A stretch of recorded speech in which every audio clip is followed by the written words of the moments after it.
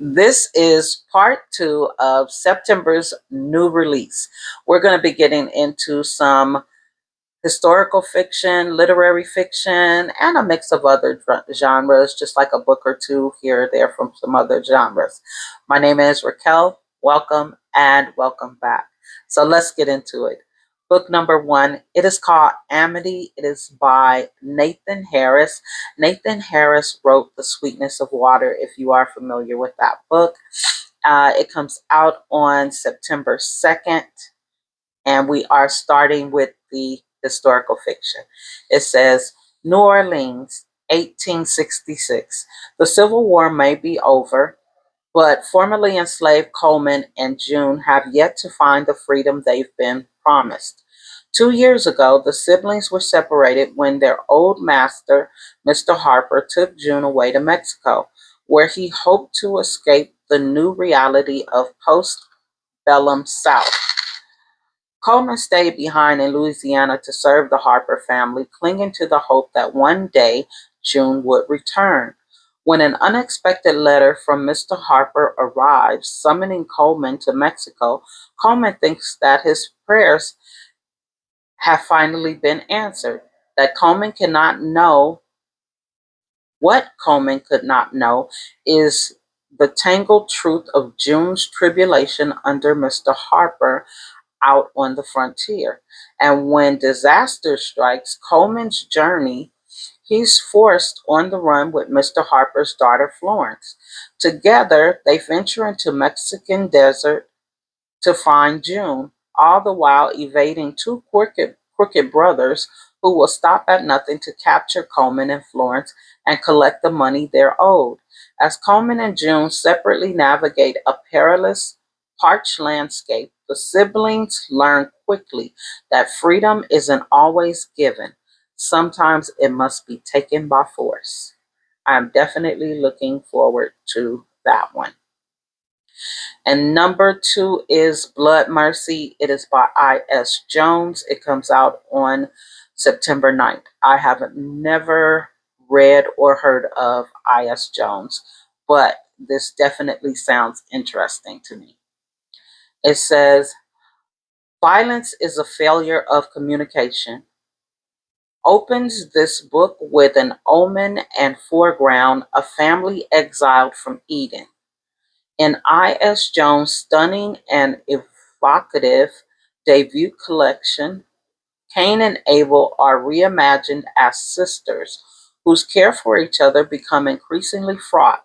The siblings, vicious as they vie for attention of a negligent father.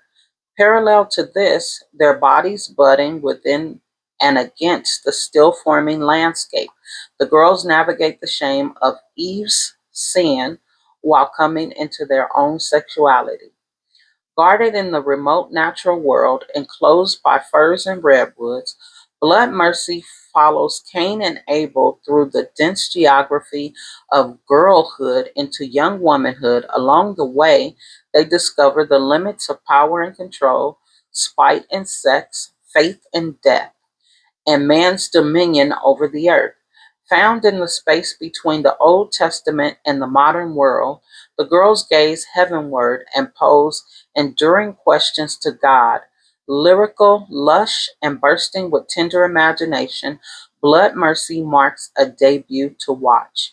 Now, I don't know why it says a debut to watch unless they have it coming out as a movie as well, but that's what it says. But I am definitely interested in this book. I would love to reimagine Cain and Abel as a woman or as women. And then we have Thereafter Johnny by Carol Livia Heron. It says that if you are a fan of Tanana Reeve Dew, then you would like this book. So I think that there are going to be some type of horror element to it. It says the Snowden family is the envy of Black DC, educated, wealthy, and accomplished. John Christopher, the patriarch, saved lives as a heart surgeon and is revered by his students at Howard University. His wife, Camille, manages an elegant house overlooking Rock Creek Park in the neighborhood known as the Gold Coast. Here, she delves her she she delves herself into reading, gardening, and raising their three daughters, Cynthia, Patricia, and Eva, who will attend the very best schools and are able to roam the world at a whim. Theirs ought to be a story of success and empowerment, but something is rotten in the Snowden house. Years later, when John Christopher's granddaughter, Johnny, comes to seek the truth about her own parentage, she uncovers family secrets that reflect America's original sin and look forward to an apocalyptic future. So I know that America's original sin is slavery. So that's what says to me that this is historical fiction, even though it doesn't really sound like historical fiction. But we've got a couple of clues. Sounds like it's going to have a little horror in it, a little historical fiction, and a little bit of, modern day. So I'm curious to see how this will work out too. I'm definitely curious about that one. And then we have The Wilderness, and it is by Angela Fournoy. Comes out on September 16th, and this is literary fiction. An era ending, excuse me, an era defining novel about five Black women over the course of their 20-year friendship. As they move through the dizzying and sometimes precarious period between young adult and midlife, in the much anticipated second book of the National Book Award finalist Angela Fournoy. Desiree, Danielle, January, Monique, and Nakia are in their early 20s, and at the beginning of their careers, marriage, motherhood, and of big city lives in New York and Los Angeles. Together, they are finding their way through the wilderness, that period of life when the reality of contemporary adulthood, overwhelming mystery, and full of freedom and consequences swoops in and stays. Desiree and Danielle, sisters whose shared history has done little to prevent their estrangement, nurse bitter family wounds in different ways. January's got a relationship with a good man she feels ambivalent about, even after her surprise pregnancy. Monique, a librarian as aspiring blogger, finds unexpected online fame after calling out the university where she works for its plans to whitewash fraught history. And Nakia is trying to get her restaurant off the ground without relying on the largest, I don't know. This looks like a mistake, and I'm not sure what the correct answer is going to be, so I'm just going to move past it. Um, the upper middle class family who wonder aloud if she should be doing something better with her life.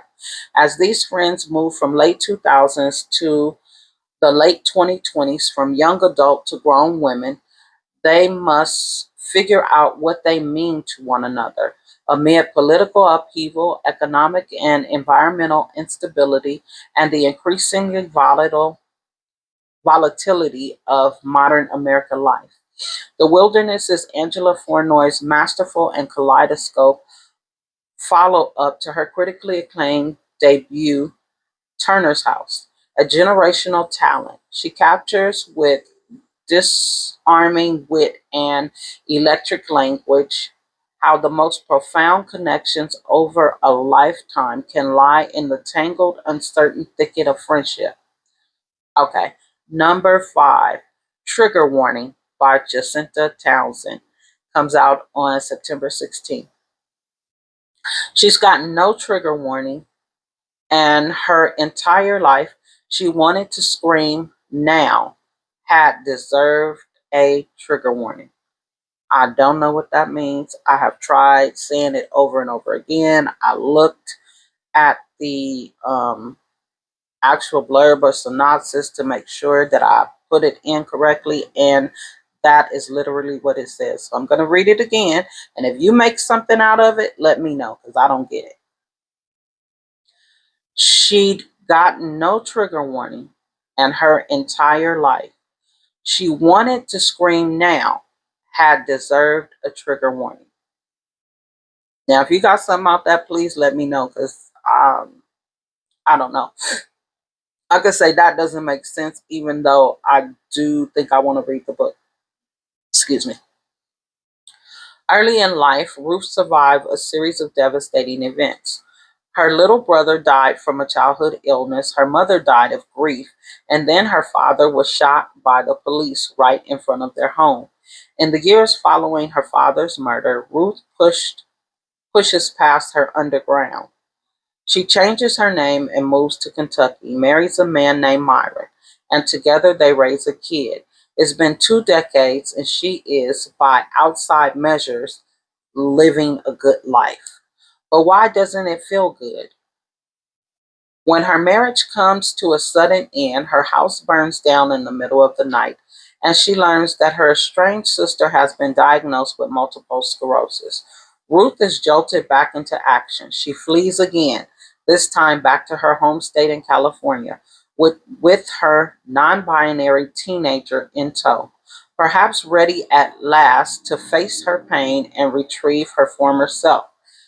Searing, surprisingly witty, and deeply human, Trigger Warning is a novel about a durational aftermath of anti Black police violence. Through the perspective of Ruth and Myron and those of their friends and their child, Townsend explores divorce and desire, the heartbreaking brevity of parenting, and the push and pull of old friendships and the possibility after incredible trauma of reconnecting to what makes us feel alive. Next is called The Movement by Lauren Morrow. It too is literary fiction. It says Layla Smart was raised by her pragmatic Midwestern mother to dream medium, but all Layla's ever wanted is a career in dance, which requires dreaming big. So when she receives a prestigious offer to be the choreographer in residence at Briar House, an art program in rural Vermont, she leaves behind Brooklyn, her job, her friends, and her husband to pursue it. Navigating Briar House and the small white town that surrounds it proves difficult. Layla wants to create art for art's sake and resist tokenization, but the institution's director keeps encouraging Layla to dig deep into her people's history. Still, the mental and physical demands of dancing spark a sharp, unexpected sense of joy, bringing into focus the years she's distanced herself from her true calling for the sake of her marriage and maintaining the status quo. Just as she begins to see her life more clearly, she discovers a betrayal that proves the cracks in her marriage were deeper than she ever could have known. Then Briar House's dangerously problematic past comes into light, and Layla discovers she's pregnant. Suddenly, dreaming medium sounds a lot more appealing. And next we have Harper Falls by Chandra Robertson. Comes out on September 30th. This is called Family Saga Fiction. And it says Lauren Harper had a plan, a high achieving, perfectly constructed 8-year plan. But after a totally blown out of proportion mishap at work, this plan is put to the test. As punishment for her mistake, she is transferred to the Riser Charity Department, a branch that just so happens to be located in the hometown she abandoned long ago, and that her powerful corporate employer is responsible for running into the ground. Horrified at the thought of returning and facing those she left behind, one person in particular keeps coming to mind, Lauren quickly comes up with a new plan. Impress her boss enough that she's briskly whisked back to the big city life. However, it soon becomes clear that Sticking to plans isn't that simple, especially when her ex-best friend enters the charity department demanding they help revitalize the town by bringing back the once famous Greenstead Apple Festival. Confronted by her past wrongs, Lauren immediately agrees to host the festival on Riser's dime. But soon enough, Lauren is swept away in town hijinks, chaotic planning sessions, and a second chance with a childhood friend that shows her why home isn't necessarily a place she has to run from. That sounds good. It sounds like it might even be a little funny. And then we have Sweet Heat by Bolu Babalula. Comes out on September 2nd. I believe this is a romance. 28-year-old Kiki Banjo hosts the popular podcast The Heat Beat, solving romantic conundrums and dishing out life's advice. But behind the mic, career setbacks and a devastating breakup have left her hanging on by a thread. As she as she's preparing to be the maid of honor in her best friend's wedding, everything starts to unravel, and Kiki is left wondering if she ever had the answers. Then Kiki finds herself face to face with the best man, her ex boyfriend Malachi, the smooth-talking, absurdly handsome, annoyingly perceptive man who stole her heart and then shattered it. While Kiki's approaching rock bottom, Malachi's been on the rise as a filmmaker, and now they have no choice but to play nice until the wedding is over. Both are hell-bent on ignoring the smoldering chemistry between them, but as they navigate the chaos of wedding plans, career ambition, and Kiki's growing fears about the future, they can't ignore the spark that's only getting better. They just have to get through the summer. So why does it feel like playing with fire?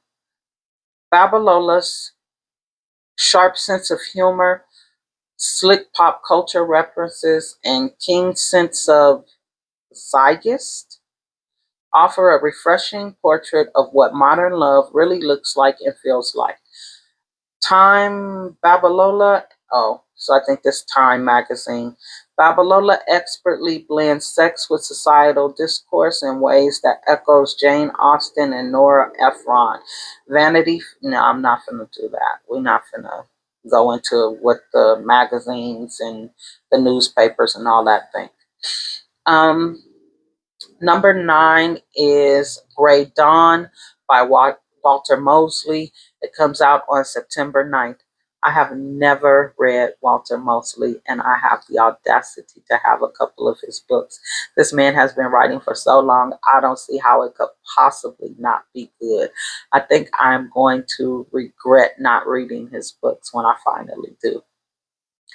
It says, in this thriller mystery from master of craft and narrator Walter Mosley, Detective Easley Rawlins has set into the happy rhythm of his new life when a dark siren from his past returns and threatens to destroy the peace he's fought for. The name Easy Rawlins stirs excitement in the hearts of readers and fear in the heart of foes. His success has brought him a thriving detective agency with its first female detective, a remote home shared with children and pets and lovers high atop the hills overlooking gritty Los Angeles, and more trouble, more problems, and more threats to those whom he loved. In other words, he is still beset on all sides. A number of below the law power brokers plead with Easy to locate a mysterious, dangerous woman, Letitia James. Though he's gone though she's gone by another name that Easy will immediately recognize. 1970s Los Angeles is a transient city of delicate, violent balances, and Letitia has distributed that. She also has a secret that will upend Easy's own life painfully closer to home. And number 10 is called Martha's Daughter. It's by David Hayes, and it is short stories. It comes out on September 9th. Martha's Daughters is a brilliant Martha's Daughters is the brilliant and influential author David Hayes' first short story collection and the first time that Hayes' stories have been assembled in one volume, steeped in everyday gossip and lives. The collection ranges from the magically real life of city crumbling superhero to a rundown motel whose long term guests are lucky to call home. In the Tutelar novella, the first hour are chronicled by Cynthia finds out her mother has died. What we learn is that Cynthia is a woman who has been bullied by her mother, overbearing opinions, her disdain for difference, her respectability politics, and her outdated beliefs on how men and women should relate to one another. Martha's death is less a catalyst for Cynthia's grief than an opportunity to free herself from a burden too long endured. And then we have the book is called It Was What She Said, and it is by Terry McMillan. It is short stories, essays, and wisdom. It says, for the first time, a single volume brings together renowned author Terry McMillan, previously published short fiction and nonfiction pieces, as well as never seen before works.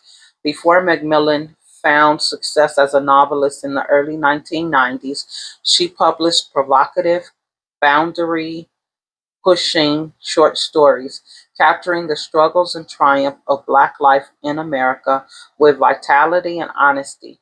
From the workday factory men malaise in the end, to the cast aside lover's resolve in touching, to the elderly woman's wild in Madeir.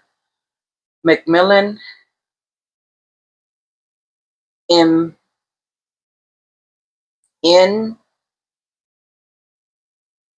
inimitable. I don't know. Inimitable. Okay.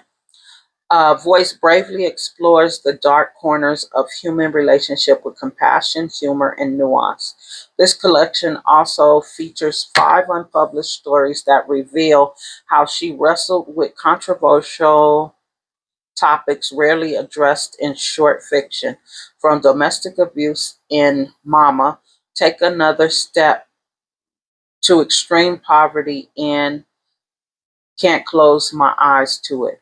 Whether she's revealing life lessons, pontificating about aging, recalling her sources of inspirations, or laying bare the beginnings of her life as a writer, Macmillan approaches every piece with enduring candor, wit, and fearlessness.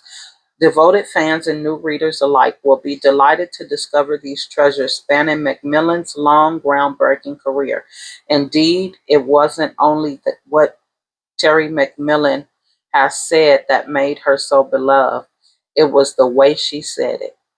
That's the name of the book. It was the way she said it. And I am a Terry McMillan fan. I will most definitely be reading that.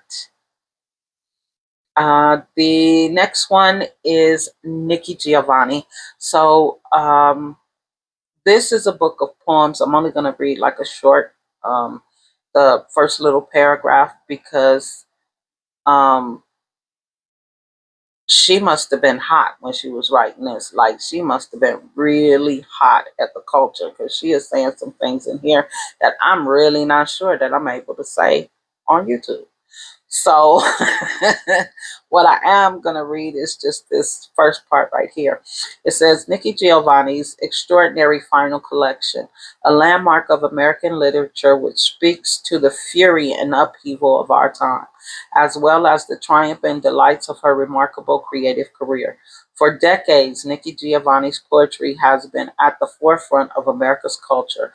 The new book is a towering work of protest against the divisions of our times, leavened with moments of joy and reflection about her indelible legacy, her family history, and the small pleasures of her richly lived life. I'm going to leave it right there because then she starts to go into like politics and What else? Uh, yeah, she calling some people out. I don't know if I could say it, and I'm not trying to take a chance, but it definitely sounds interesting. I wonder. I don't like. I really don't know if I can or can't say it.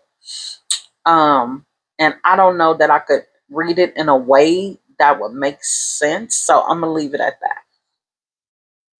So the very last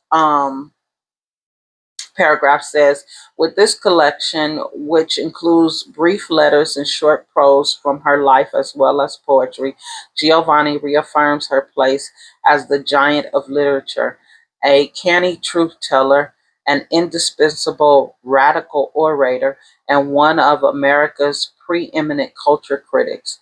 It is a book to be savored and shared. And I am definitely going to look into it.